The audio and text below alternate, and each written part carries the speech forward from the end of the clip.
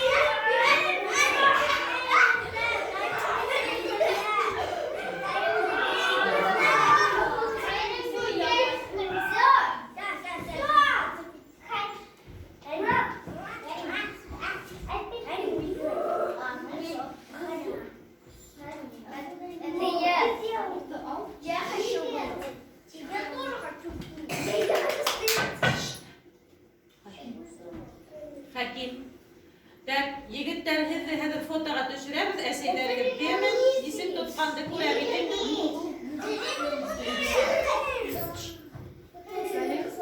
Салих, иди покажи. Салих, иди покажи.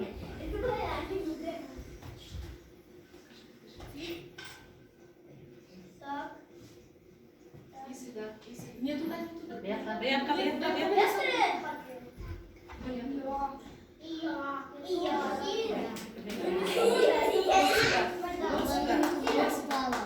Вот сюда. Отойди сам.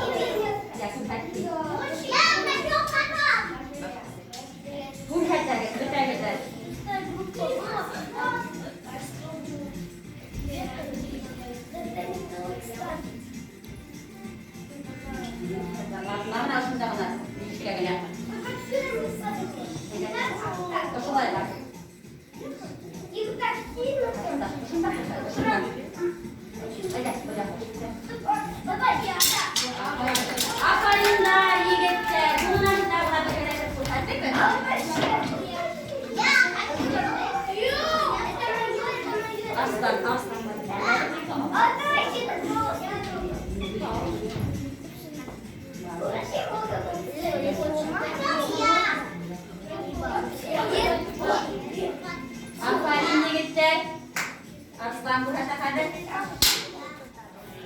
Aferin, alkışlar.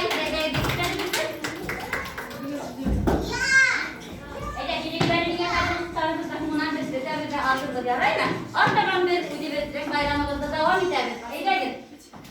Tamam.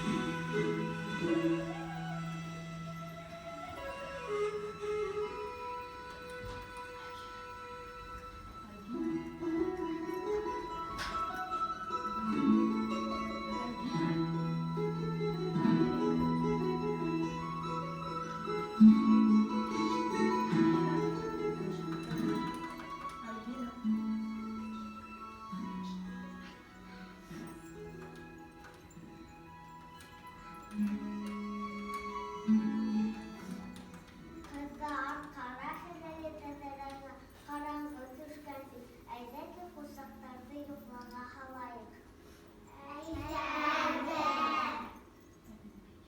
Bilye dahi bir kup eketlerse bilenir. Bilere kızga dirahın olardı. Eydem vardı.